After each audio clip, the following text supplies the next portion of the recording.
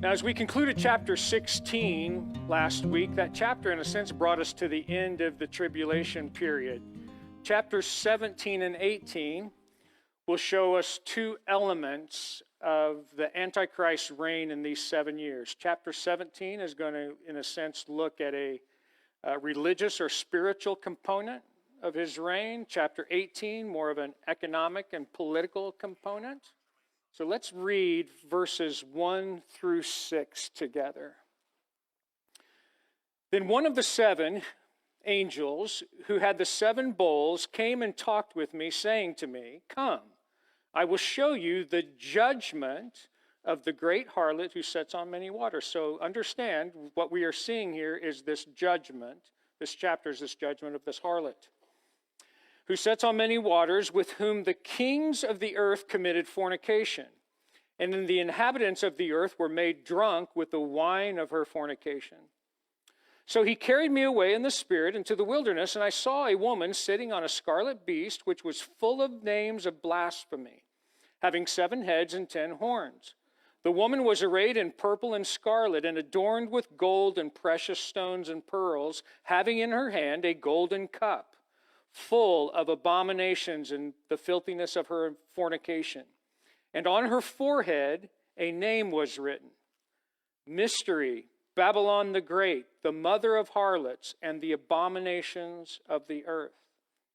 And I saw the woman drunk with the blood of the saints and with the blood of the martyrs of Jesus. And when I saw her, I marveled with great amazement.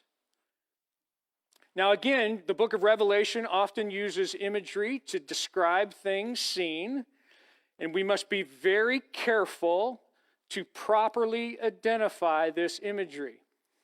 It's not what we think it means, but we must allow Scripture to clarify as much as possible for us. Now, we do know, as we have studied through the Bible, and as long as I've been here, we know that the Bible does give us some answers. But there are some things the Bible doesn't give us answers on, right? And we need to hold on to those things very loosely. There's many things the Bible explains for us, and some it doesn't. Build upon what you know, not what you don't know. Now, for any of you that have studied Revelation 17, most teach and understand that this great harlot in prophecy is the Catholic Church.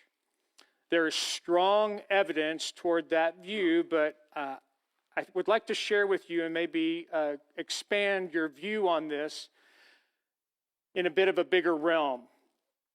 This deception of this great harlot, I think, goes far beyond what some may interpret as the Catholic Church. With that, let's turn back to Genesis chapter 10. Now, in Genesis chapter 10, beginning in verse 8, we read that Noah has a great grandson. His name is Nimrod. Look at verse 8. Cush begat Nimrod, and he began to be a mighty one of the earth. And he was a mighty hunter, you might want to highlight this word, before the Lord. Therefore it is said, like Nimrod, the mighty hunter before the Lord. Now this sounds rather positive at a glance, and it appears that it's like God's looking down and saying, hey, check out Nimrod. Man, when that guy goes hunting, man, he can get a squirrel at 100 yards. But that's not what God is doing.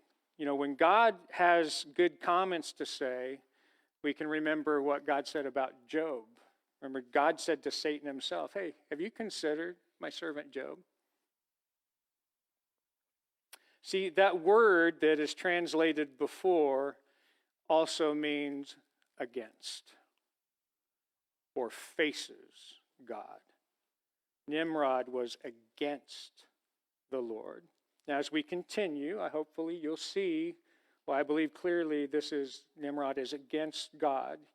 In fact, he's rebelling against the things of God. Look at verse 10. At the beginning of his kingdom was What's that word right there? Babel.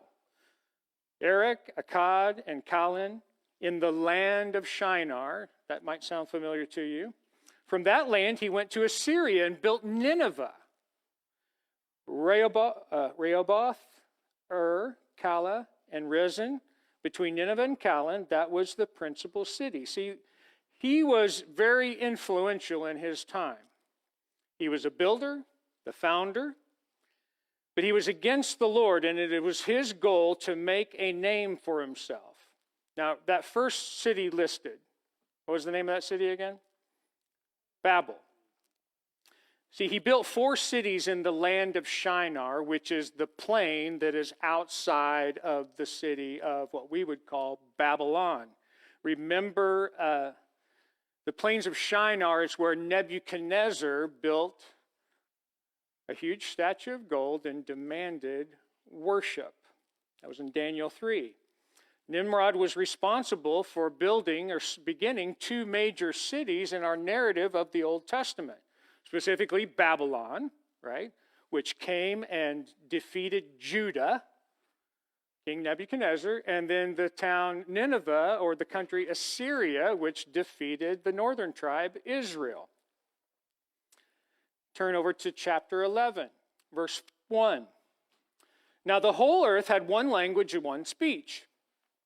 And it came to pass as they journeyed from the east that they found a plain in, where? The land of Shinar, and they dwelt there. And then they said to one another, "Come, let us make bricks and bake them thoroughly." They had brick for stone, and they had asphalt for mortar. And they said, "Come, let us build ourselves a city and a tower whose top is in the heavens. Let us make a name for ourselves, lest we be scattered abroad over the face of the whole earth." Now, this is where it all began after the flood. Remember, Nimrod is Noah's great-grandson. Noah was still alive at this time. Men had decided that they would come to God in their own way. They want to build a structure that's primary purpose is to reach the heavens. Now, I believe that this is probably contrary to what you might think. We don't want to think, they're building, they're trying to figure out, okay, guys, how do we build a big enough base so that we can build this building that is going to get up into the clouds? Now, we know from our text study that the word Babel means what? Confusion, right? But this is the place where God confuses the language. But the ancient Semitic language, the word Babel, means gateway to God.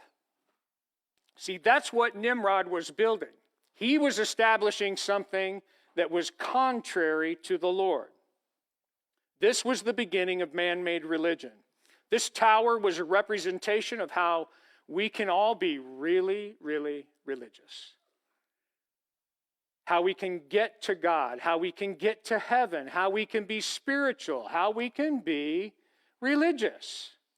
And there's 2 things here that I believe we should take note of from this text. First of all, it says that they made bricks, asphalt, and started building. See, they believed they could create a system to get to God based on works. The second thing, see, the Bible tells us that our righteousness is like filthy rags to God. So if I remove God's standards and I create my own standards, well, then you and I can be good enough. Well, I'm not perfect, of course. None of us are, but a little tweaking here and there, then we can make it. See, this is establishing 2 things. Works will get you right with God, and you're good enough to get right with God. Babylon is the man-made religious system of trying to get to God. Man's relationship with God before the cross and in church history after the cross has been, in a sense, sad if you look at certain things. And let me explain. Think of the story of Adam and Eve. something really terrible happened in that garden. Adam and Eve misbehaved. They ate of the tree that God told them not to eat from. And this story explains clearly to us the consequences for sin. See, immediately they knew that something was wrong. They tried to cover up their sin, and in this, they felt the need to cover themselves. They didn't choose banana leaves. They chose fig leaves. I don't know about you, but I've never made a pair of shorts out of fig leaves, but I don't think they would be very comfortable. I don't think they would be close to being comfortable. See, Adam and Eve's eyes were open to the guilt and the consequences of sin. They knew that something wasn't right. They looked at each other and realized something had changed. See, then God comes to the garden calling for them, and where are they? They're hiding. Now, think about this for a moment. They are hiding from God. God has a conversation with them, and then the blame shifting begins. It's her fault. Why'd you give me that woman? It's the snake's fault. He should have kept that snake out. I mean, all this blame shifting going on, right? See, and their lives changed in an instant. They're kicked out of the garden, and the world drastically changes around them. They begin to deal with pain, heartache, and now they had to work hard for the land to produce food and nourishment. See, Adam and Eve thought that there was a better way to God than what He established. When they opened that door, what they tried to do wasn't enough. Hiding and leaves do not cover sin, nor do they pay for sin. So what did God do? God killed an animal and used the skin to cover them. See, something had to be done. Something had to die. Sin is only paid for with a blood sacrifice. See, your sin and my sin, it's so bad that death has to happen. Then the kids came along, Adam and Eve. Remember those two boys, Cain and Abel? And it was time to bring an offering to the Lord. Abel brings a lamb from the flock, and Cain brings harvest from the land. Cain's offering was refused. Why? Well, because it represented the work of man. See, we think the harder we work, the more pleased God will be with us. Anybody ever had that thought? See, the saga continues even after the flood. This guy Nimrod wants to make a name for himself, and the people follow him. He is the great-grandson of Noah. Now understand that there was no way that they were actually going to build a tower to the heavens. They were building a way to God that in that they were refusing God's way. Babylon, God called it confusion. Man will always be confused when he focuses on any other way to get to God other than God's way. Now, back in Genesis 11, the people were trying to work their way to heaven to be super spiritual, and God said, "You're confused. I'm going to scatter you." Every religious system outside of Christianity tells us that deep down, if you are a good and moral person, if you make a few little tweaks here and there, you can work your way to being right with God. God says that is confusion. In John chapter 14, when Jesus was teaching the people about his relationship with the Father, and he explained something really, really simple, but yet for the past 2,000 years, man has perfected making relationship with God very difficult. John 14, verse 6 says this, Jesus said to him, them, I am the way, the truth, and the life. No man comes to the Father except through me. The 10 Commandments. There isn't one of us that can keep them. I have broken personally most of them myself. But they are not there to remind you how insufficient you are. They are there to show you that you need a Savior. Remember when Jesus was teaching the people and he pointed to the Pharisees?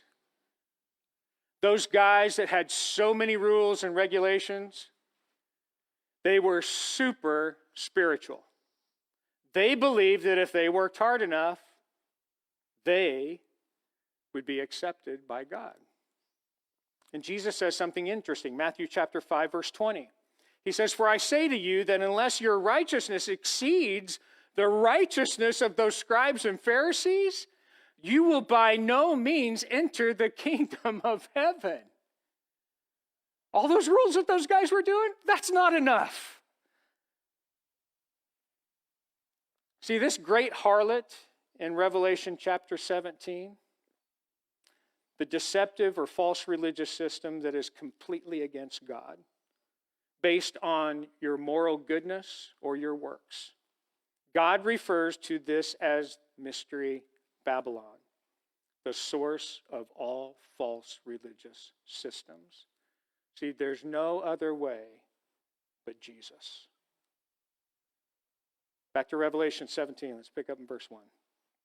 "And one of the 7 angels who had the 7 bowls came and talked with me, saying to me, 'Come and I will show you the judgment of the great harlot, who sits on many waters, and whom the kings of the earth committed fornication, and the inhabitants of the earth were made drunk with the wine of her fornication.'" So this great harlot that sits on many waters, what does that mean? Well, many times, if we just study a little bit, the Bible will explain itself. Let's look at partial explanation here. So we understand, hopefully, who the great harlot is. Deceptive religious systems. We look down at verse 15. "Then he said to me, 'The waters which you saw where the harlot sits are the people, the multitudes, nations, and tongues.'" See, this great harlot influences mankind and commits fornication with the kings of the earth. The leaders of the world will fall for this false religion and lead people into a false religion.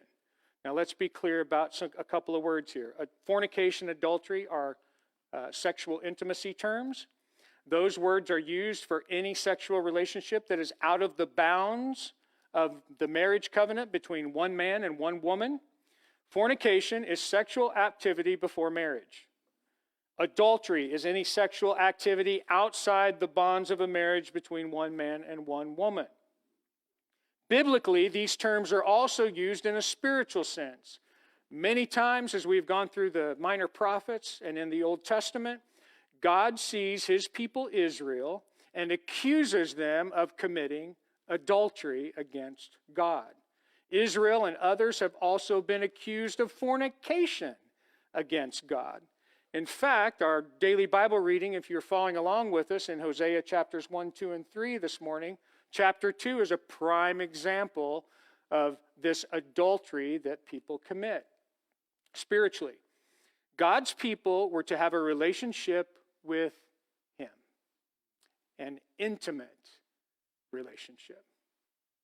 See, that Hebrew word is the word yada. So when we read Adam knew Eve and she conceived, well, that's the Hebrew word yada. See, he knew her in a way that he knew nobody else. Now, that Greek word that's translated is the word gnosko. Jesus used this same word. Matthew chapter 7, verses 22 and 23, he said, "Many will say to me in that day," right, day of judgment, "Lord, Lord, we have prophesied in your name, cast out demons in your name, and done many wonders in your name. And then I will declare to them, I never knew you. I never had a relationship with you. Depart from me, you who practice lawlessness." Now, can you imagine people that are at this time thinking that they're Christians? They've worked so hard. They've done all these things. They've tried to be morally right. They've worked and worked and worked. But there's no relationship with Jesus. And he says, depart from me. See, we sometimes think that if we do certain things, if we act a certain way, that we'll be right with God. Now, partially that's true, but that doesn't earn my righteousness with him. See, because I love him and I've accepted him, well then there's ways that we should act differently, right? We should be different from the world, and we don't do that because we have to. We do that because we love the Lord. And God has done so much for us. The least I could do is stop saying filthy things, right? Stop going places I shouldn't go. Stop doing things I shouldn't be doing, right? But see, none of that stuff gets me right with God. Jesus gets me right with God. God says, and it says it another way to him, he calls this spiritual fornication or adultery. See, the world, in a sense, is committing spiritual fornication because they're trying to get to God without Christ, right? So they don't even know God, but believers, see, we can commit spiritual adultery because we don't do what God tells us to do. We think we accept God, but then we try to do it our way, right? Well, that's spiritual adultery. Did that make sense or just confuse you more? Look at verse 3. So he carried me away in the spirit into the wilderness, and I saw a woman sitting on a scarlet beast that was full of the names of blasphemy, having 7 heads and 10 horns. Now, we know who this beast is from Revelation chapter 13. This beast, this dragon, with 7 heads and 10 horns, is Satan himself. Verse 4, the woman was arrayed in purple, scarlet, adorned with gold, precious stones, and pearls, having in her hand a golden cup full of the abominations and the filthiness of her fornication. So this great harlot is dressed like a harlot. Very seductive, attractive, appealing to anyone who will give her attention, and she's holding a cup that is full of abominations. Verse 5, and on her forehead a name was written, Mystery Babylon the Great, the mother of harlots and the abominations of the earth. And I saw this woman drink with the blood of the saints and with the blood of the martyrs of Jesus. And when I saw her, I marveled at great amazement. See, she's identified now. It's no longer a mystery. She represents confusion, spiritual fornication, adultery, everything that is against God, false religion. She's drunk with the blood of true believers. See, the enemy for the follower of Christ is really odd to us. See, the enemy to the follower of Christ is people that think they're followers of Christ. False religion. Verse 7. But then the angel said to me, why did you marvel? I will tell you the mystery of the woman and the beast that carries her, which has the 7 heads and 10 horns. So John is questioning what he's seeing, and it appears that from what we've seen so far, this harlot is in a sense in control. She's riding this beast, right? So what is all this about? What does this mean? Well, praise the Lord, the angel is going to explain it to us. Ready? Verse 8. The beast that you saw was and is not, and will ascend out of the bottomless pit and go into perdition. And those who dwell on the earth will live in marvel, whose names are not written in the book of life from the foundation of the world when they see the beast that was and is not and yet is. Now, we've got 3 things here. Was, past tense, is not, present tense, will, future tense. See, this beast from chapter 13 is a reference to the Antichrist. We are to Satan himself. We're told that this Antichrist will be mortally wounded and then miraculously survive. And it appears that this verse is in reference to that. Verse 9. Here is the mind which has wisdom. The 7 heads are 7 mountains on which the woman sits. So what do the 7 heads represent? 7 mountains. Let me try that again. Let's look at verse 9. Here is the mind which has wisdom. The 7 heads are 7 mountains on which the one sits. Good. Verse 10. There are also 7 kings. 5 have fallen, 1 is, and the other has not yet come. And when he comes, we must continue a short time. The beast that was and is not is himself also the 8th, and is of the 7th, and is going to perdition. Now, it's kind of like we got a dual picture here. We got 7 mountains, and there's 7 kings on those mountains, or the 7 mountains are 7 kings, and they're kind of together. 5 have fallen, 1 is current, and another one is coming. And when he comes, he won't last long. The 8th will slip in under the 7th. Now, there's a few interpretations about what this may be. In John's time, we saw that 5 Caesars had passed. 1 was currently ruling, and another was coming. Now, there's a lot of presumption to this view. I think personally it takes a bit of stretching to make it stick, but it is one interpretation. Now, I believe what makes more sense is just the biblical narrative of what has happened. We have Egypt, Assyria, Babylon, Persia, and Greece. Those 5 nations have all had authority over the nation of Israel. And in John's time, Rome, number 7, or number 6.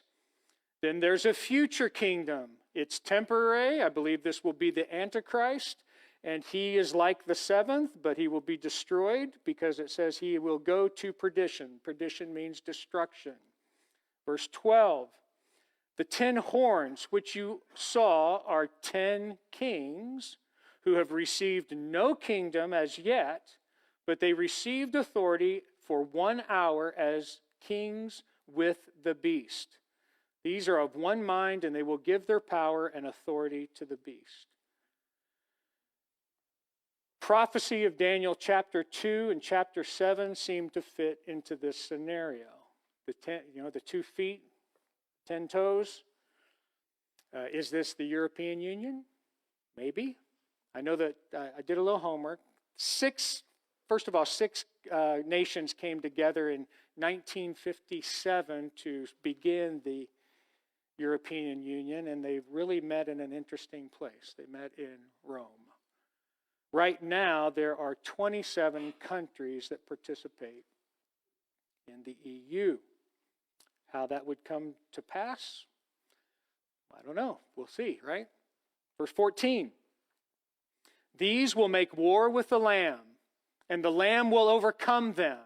For he is the Lord of lords and the King of kings, and those who are with him are called, chosen, and faithful. I don't know, to me this verse just kind of seems stuck in there. I just wonder if John was just reminding us, hey guys, listen, all this really sounds bad, but I just want you to know who's in control. And Jesus is going to win, right?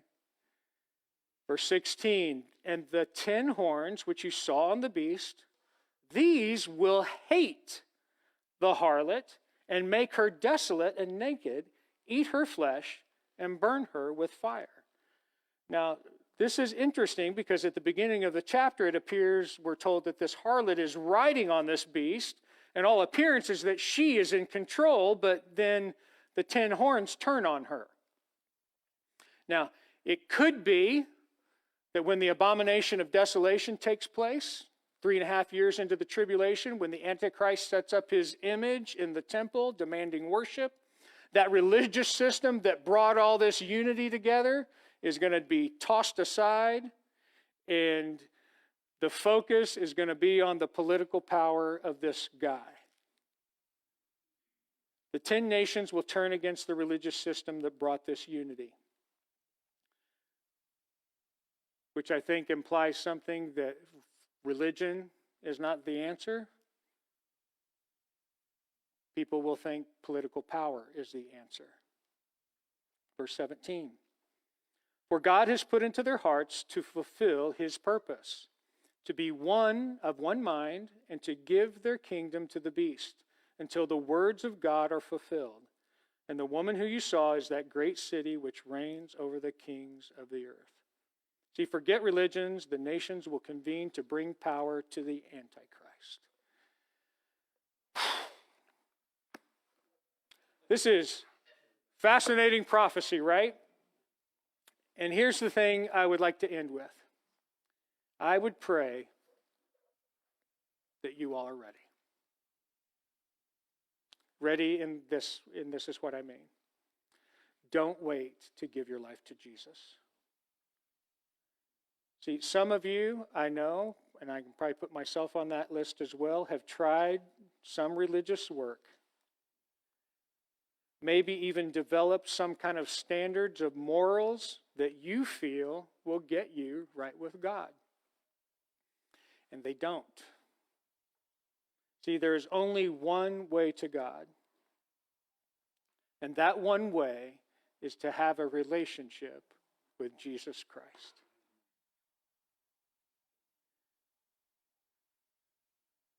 I mean, think about this for a moment. You all came out here in the cold to attend church, to come to worship, come to a Bible study. Not because it made you feel better. Not because I've done my good deed for the Lord today.